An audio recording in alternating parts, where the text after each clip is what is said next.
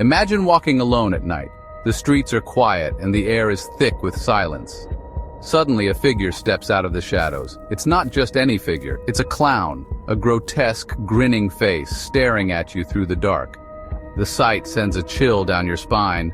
Then, without warning, the clown starts running toward you. This wasn't just a scene from a horror movie. This was real life in 2016, a year when clowns seemed to crawl out of nightmares and onto the streets. People across the world reported sightings. Clowns lurking in forests, standing outside schools, chasing people down dimly lit roads. The phenomenon spread like wildfire. It was. But how did it start? Why did the world suddenly become obsessed with these terrifying figures? And could it happen again? Stay with me as we unravel the bizarre, mysterious, and sometimes dangerous story of the clown invasion that gripped the world. The first reports came in from the United States. It was August 2016 when residents in Greenville, South Carolina began calling the police about something strange. Children reported that clowns were lurking in the woods, whispering to them, luring them with promises of candy and money. Parents were terrified. Schools sent out warnings. And the police? They were just as confused as everyone else. But these clowns didn't just stay in South Carolina. Soon, they were everywhere. In Green Bay, Wisconsin, a mysterious figure dressed as a clown was spotted standing motionless in the middle of the road, clutching black balloons. This one, it turned out, was a marketing stunt for a short horror film. But the real clowns? No one knew where they came from. Reports began to pour in from Pennsylvania, Ohio, and Kentucky. Social media lit up with blurry photos and shaky videos of clowns standing by highways, peeking through windows, and even allegedly trying to break into homes. By September, the clown panic had crossed the Atlantic.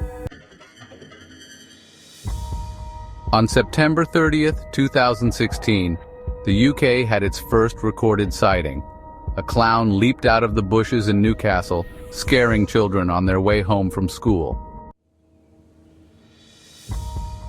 Within days, similar incidents were reported across Wales, Manchester, Sheffield, and Liverpool. A teenage clown was even arrested for carrying a bladed weapon.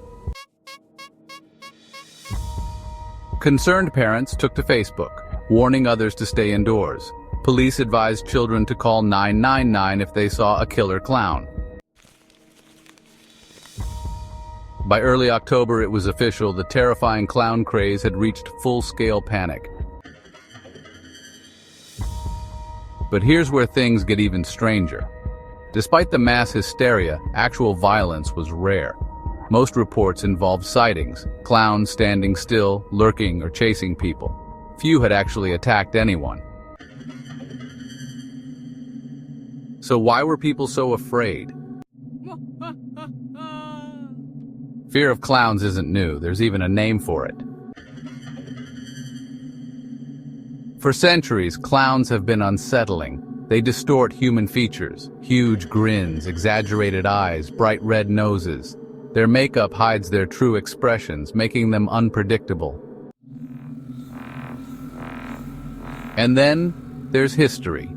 One of the most infamous cases is John Wayne Gacy. Between 1972 and 1978, he killed 33 boys and young men while moonlighting as Pogo the Clown at children's parties. Then, of course, there's Pennywise, the terrifying clown from Stephen King's, first published in 1986. Many believed the 2016 clown panic was tied to the upcoming remake, but King himself dismissed the idea, saying clowns had been scary long before Pennywise. So if it wasn't the movies, what made this spread so fast? Experts say it was a combination of social media, hysteria, and what psychologists call the contagion effect. When we hear about something scary happening, especially when it involves the unknown, our brains trick us into seeing danger everywhere. And social media, that made it spread like wildfire. Facebook groups popped up, dedicated to tracking clown sightings. News headlines sensationalized every incident. Every blurry video added fuel to the fire.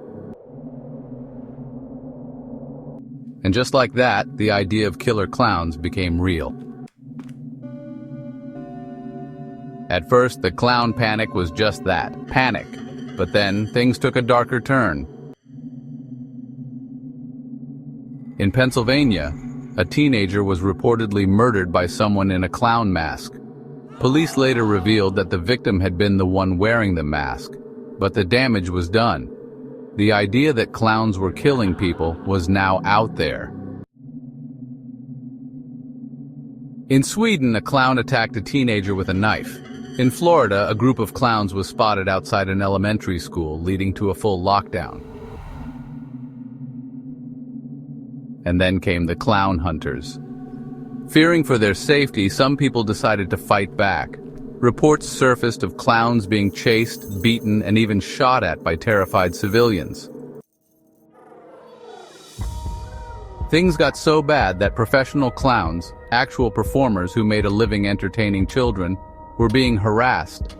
Clown businesses started to collapse. Birthday clowns, circus performers, and entertainers found themselves out of work. Some even staged protests, demanding an end to the hysteria.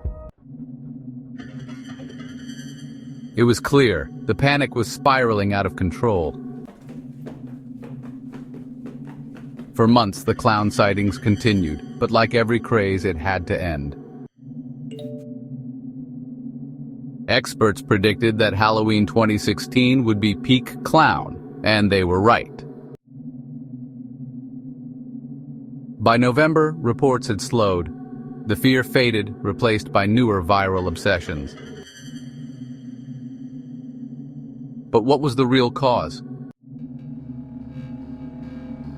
Some blamed prank culture fueled by YouTube and TikTok. Others pointed at political and cultural anxieties. 2016 was a year of uncertainty, and mass hysteria often thrives in those conditions. One thing was clear. The Great Clown Panic of 2016 wasn't just about clowns. It was about fear itself, how quickly it spreads, how it warps reality, and how sometimes the scariest thing isn't the monster in the dark. It's our own imagination. So what do you think? Was the clown panic a case of mass hysteria, a viral prank taken too far, or something more sinister? Let us know in the comments below. And if you enjoyed this deep dive into one of the strangest viral panics in history, don't forget to like, subscribe, and turn on notifications for more chilling stories. After all, history is full of mysteries waiting to be uncovered. Thanks for watching. Stay safe out there, and remember, if you see a clown staring at you from the shadows, maybe don't stick around to find out if it's real.